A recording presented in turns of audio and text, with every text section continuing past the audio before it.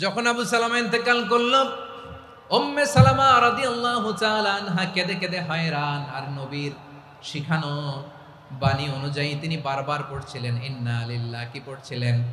জামু কি হরমু এগুলো বলে নাই, কি বলছে? ইন্না লিল্লাহ।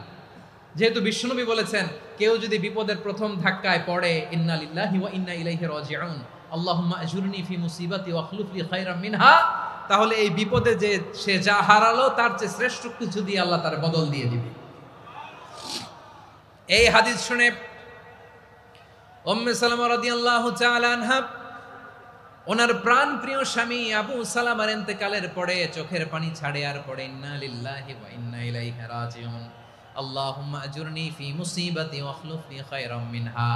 বারবার এই দোয়া পড়ে চোখের পানি ছাড়ে, এই দোয়া পড়ে চোখের পানি ছাড়ে, আর মনে মনে বলে আবু সালামার মতো ভালো মানুষ মদিনাতে নাই, আবু সালামার চেয়েও ভালো মানুষ মদিনাতে নাই, তার চেয়ে ভালো মানুষ কি করে আল্লাহ তাআলা আমারে দিবে, তার চেয়ে ভালো মানুষ তো আমি মদিনাতে দেখি না।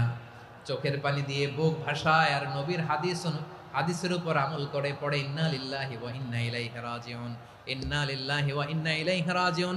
পড়তে পড়তে চোখের পানি ছাড়ে আর চিন্তা করে বিশ্বনবী বললেন এই দোয়া পড়লে যেটা হারালাম তার চেয়ে ভালো কিছু দিয়ে আল্লাহ পুরস্কার দেয়। আবু সালামার চেয়ে ভালো মানুষ মদিনার মধ্যে আর কে হতে পারে? কি আজীব তামাশা, কি অবাক করা ঘটনা।